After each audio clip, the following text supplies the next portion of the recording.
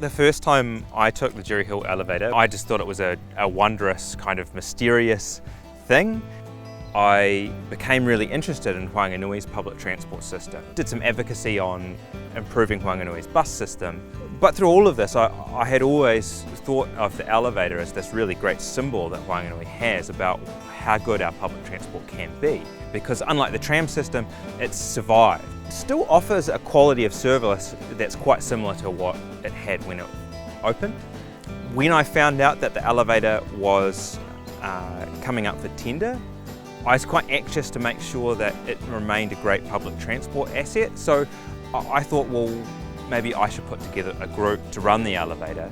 And my pitch was to try to use the fact that it's a great tourism asset and a great and living public transport asset, and let those two functions work together to support each other. Running the elevator is a really lovely experience. It's a lovely routine. What's lovely about the elevator is it's a 55-second journey, so it's just enough time to communicate something interesting about the elevator, to frame the experience a little, and to watch as people sort of get it. It's quite interesting because a lot of people ask the question, oh, why was it built? And in some ways that shows how disconnected we've become in New Zealand from public transport culture. They're really surprised when I point to the concession tickets and they see how many people actually keep a concession ticket here and use the elevator for things like going to town to go to the cafe or going to get a bottle of milk. And after a moment or two they sort of get it and they're like, yeah, if I lived here, maybe I'd do this too. It's a bargain for tourists, so it gets lots of use for that reason, but it's also cheap enough that it's usable for public transport. And that's where I think the two can support each other. Running the elevator, I have come to appreciate the way that it rattles and shakes as an experience, and the way that faces light up when you press the button. And you've warned them that it's going to rattle and shake a little bit, but seeing them experience that and laugh is a wonderful thing, and it structures that journey a little bit. So it is a nice meeting place between some of its engineering quirks and, you know, the practical value of the public transport journey.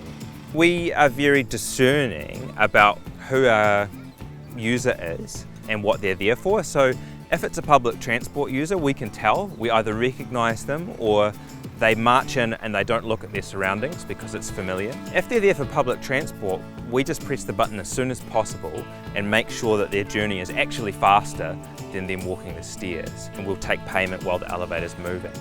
If it's a tourist, then we have a spiel that frames the experience and communicates the health and safety things that you should know in a fun way. What we have the opportunity to do with repetition is to be much more prepared than the passenger is. And that's when you can make things quite magical, because you're preparing 55 seconds and you're putting hours and hours into that 55 seconds. And the passenger can feel like they've had a really rich experience. We've found a way to make it a living and useful service. I think maybe 20 years ago, the idea, if you had some existing trams in your city, then you might make a loop and go round and you know, bring the price up to $25 to sort of a tourism price. I think now we've got a lot of contemporary problems we're really struggling to solve. And what the Durie Hill Elevator gives us is an example of a time when we were able to solve these things and build some pretty big and impressive infrastructure. So for me, it's about what heritage can tell us about our present, what we can do to keep heritage relevant and possibly even practical for the present, and how it can inspire what we do in the future.